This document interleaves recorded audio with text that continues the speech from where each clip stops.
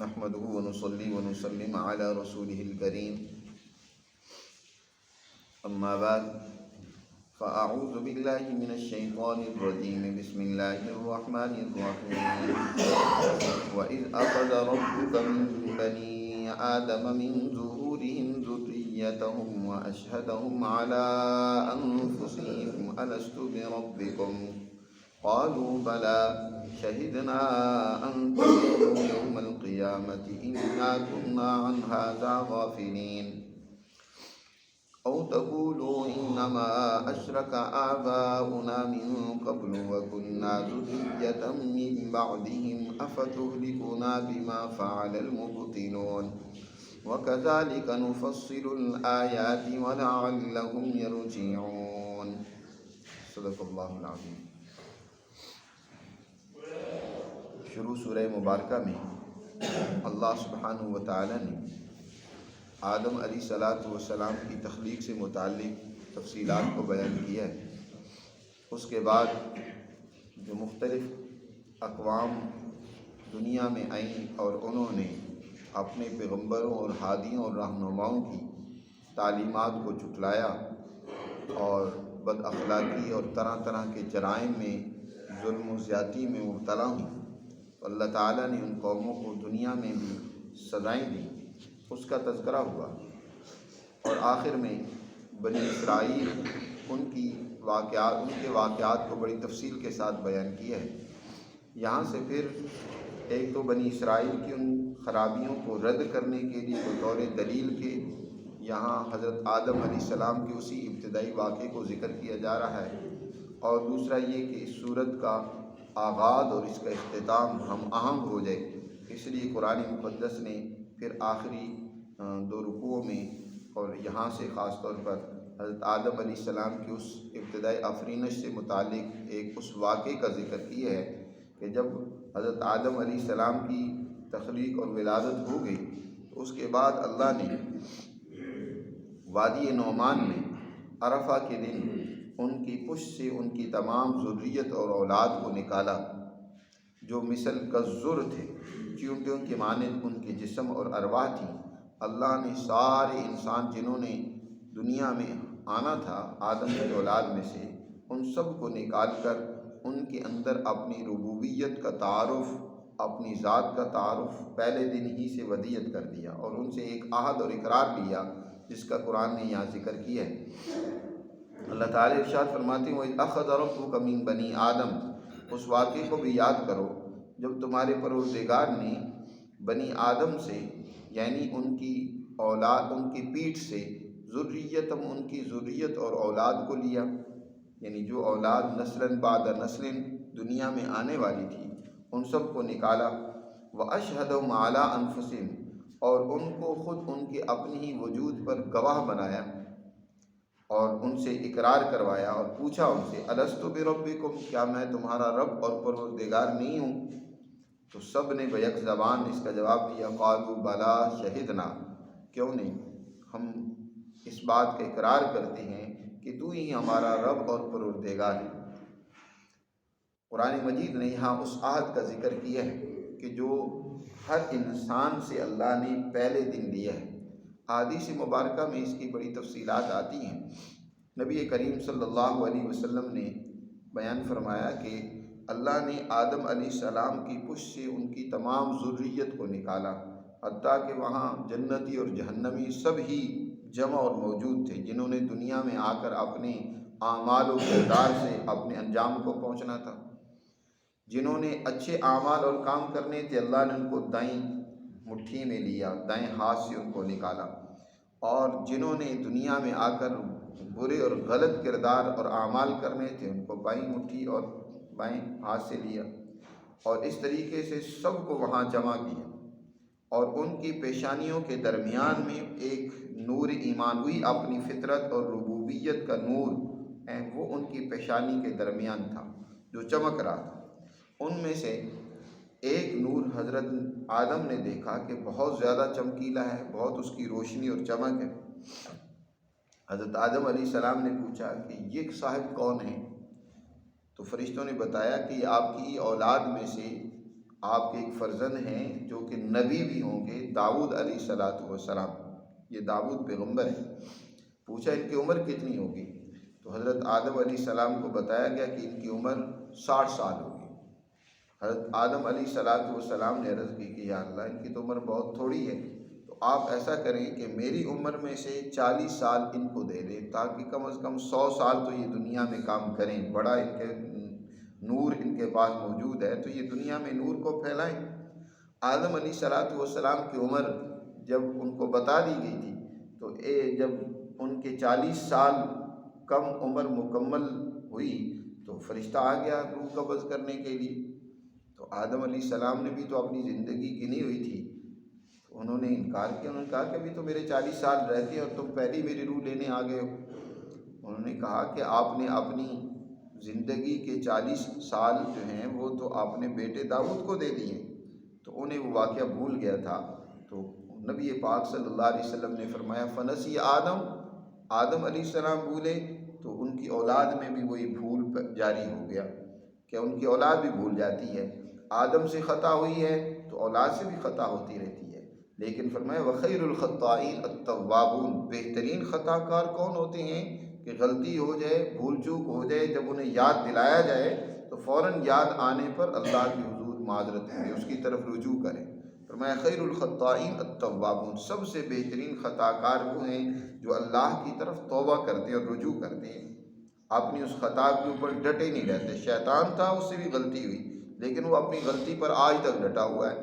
آدم سے بھی غلطی ہوئی لیکن انہوں نے فوراً اللہ کے حضور معذرت کی، ربنا ظلمنا انفسنا وَإِن لَّمْ تَغْفِرْ لَنَا وَتَرْحَمْنَا لَنَكُونَنَّ مِنَ الْخَاسِرِينَ۔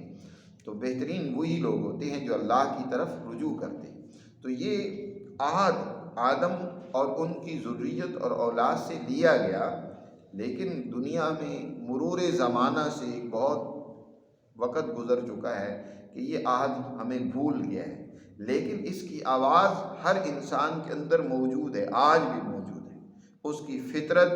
آج بھی سلامتی والی ہے، اس بات کا اقرار اور اعتراف کرتی ہے کہ کوئی بڑی شخصیت اور ذات ایسی ہے، کوئی بہت بلند و برتر ذات عالی ہے جو میری خالق ہے، مجھے اس کے سامنے جھکنا چاہیے۔ یہ فطرت انسانیت کی آواز ہے، چاہے کسی تک دین اسلام کی تعلیمات پہنچی یا نہیں پہنچی، اللہ کا پیغام پہنچا یا نہیں پہنچا، لیکن اس کے اندر یہ آواز موجود ہے کہ میرا کوئی خالق ہے،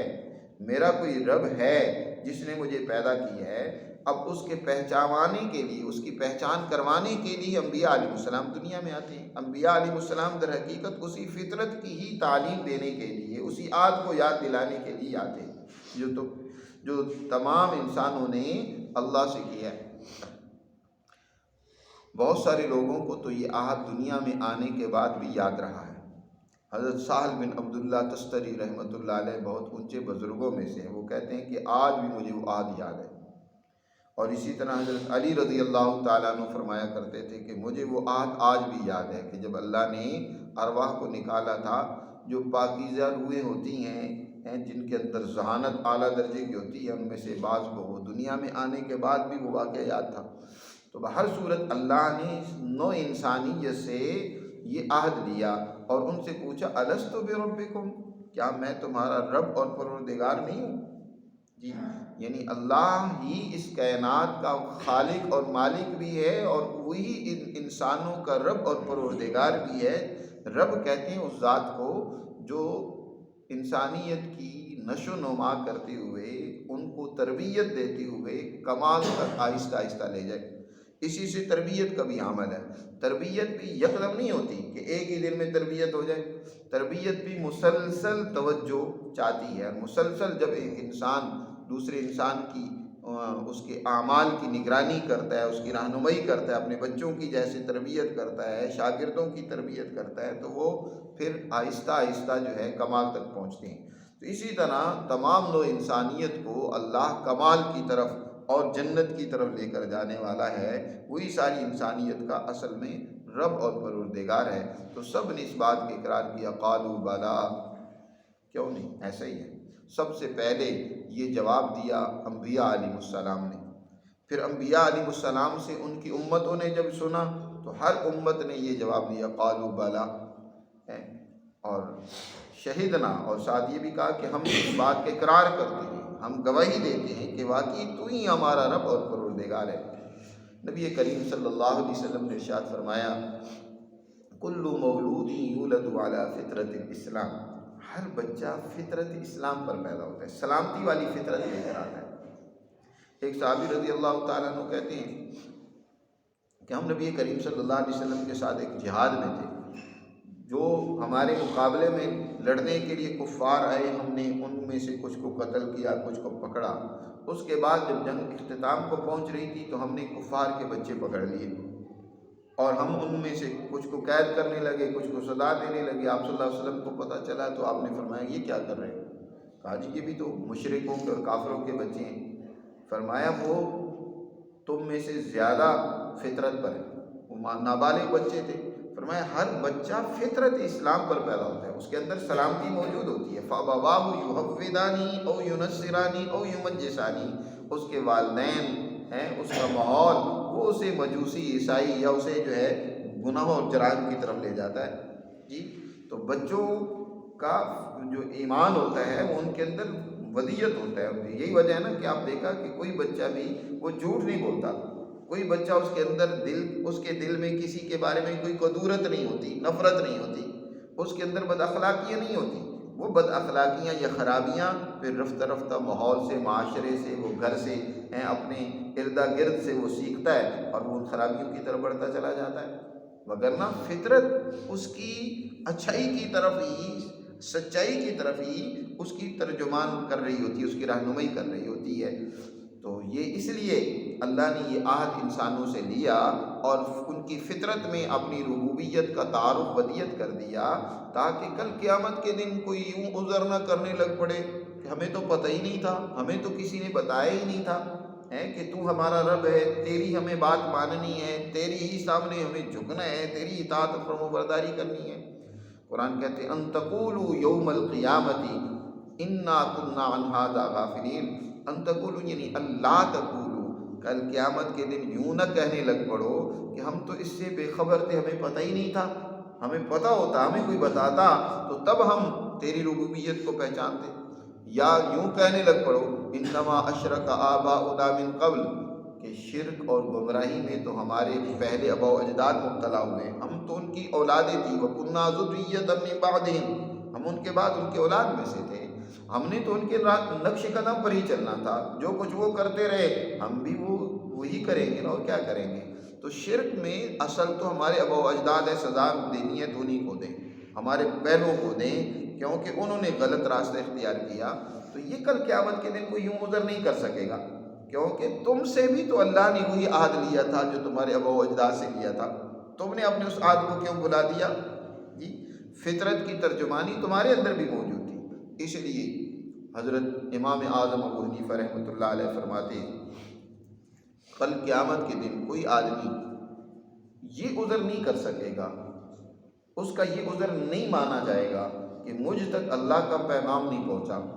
کوئی جنگل میں رہتا ہو اور ساری زندگی اس تک اللہ کا پیغام نہیں بھی پہنچا، تو اجمالی طور پر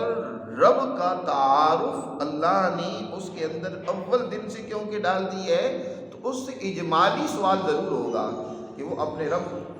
کو، چاہے اس کی تفصیلات جو شریعت نے بیان کی ہیں، ایسے نماز پڑھنی ہے، ایسے روزے رکھنے ہیں، ایسے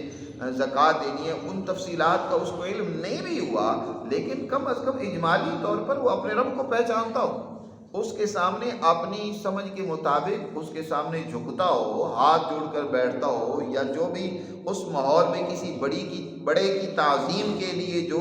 اس کے سامنے اس کی عظمت کو بجا لانے کے لیے لوگ کرتے ہیں، تو وہ اپنے رب کے سامنے اس کی تعظیم بجا لانے کے لیے وہ عمل کرتا ہو۔ اس سے یہ اجمالی تعارف یعنی اجمالی سوال ضرور ہوگا،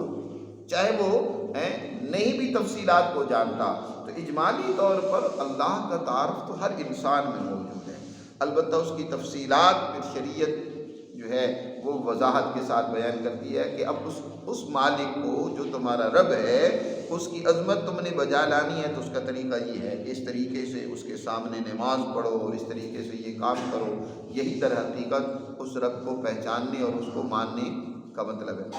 تو تو افتہلکنا بما فعل المبطلون، تو کل قیامت کے دن تم یوں عذر نہیں کر سکو گے، یوں نہیں کہہ سکو گے کہ شرک تو ہمارے پہلوں نے کی ہے، ہمارے اباء و اجداد نے، ہم ان کے بعد ان کی اولادیں تھیں،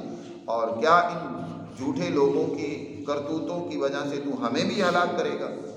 وَكَذَلِكَ نُفَصِّلُ الْآيَاتِ، اور ہم اس طریقے سے آیات کھول کھول کر بیان کر رہے ہیں، وَلَعَلَّهُمْ يَرْجِعُونَ، شاید کہ لوگ اللہ کی طرف لوٹ آئیں اور اس کی اطاعت و فرمانبرداری کریں۔ اس کے بعد اگلی آیات میں اللہ نے پہلی قوموں میں سے ہی کچھ ان لوگوں کا ایسے افراد کے واقعات کو ذکر کیا ہے، خاص طور پر ایک واقعہ ذکر کیا ہے، بلعم باورا، جو اس دور کا بہت بڑا ایک راہب اور بہت بڑا نیک آدمی تھا، دین اسلام سے پہلے کا یہ واقعہ ہے۔ قرآن نے اس کو یہاں مثال کے طور پر تنبیہ کی ہے کہ کتنے لوگ ایسے ہیں جن کو اللہ ہدایت اور فطرت کا راستہ دکھلاتا ہے، لیکن وہ اپنی فطرت کو جان بوجھ کر مسخ کر دیتے ہیں، وہ غلط راستے کو اختیار کرتے ہیں، سرمایہ پرستی، حوث پرستی، دولت کی حوث میں ایسے اندھے ہو جاتے ہیں کہ وہ اپنی اس فطرت کی ترجمانی کو کیا کر دیتے ہیں، نظر انداز کر دیتے ہیں، فراموش کر دیتے ہیں۔ پھر ایسے لوگوں کی مثال دنیا کے اندر بھی بدترین جانور کی سی ہے۔ قرآن نے اگلی آیات میں اس کو تفصیل سے بیان کیا، اس پر انشاءاللہ آئندہ درس میں بات کریں گے۔ اللہ ہمیں سمجھ نصیب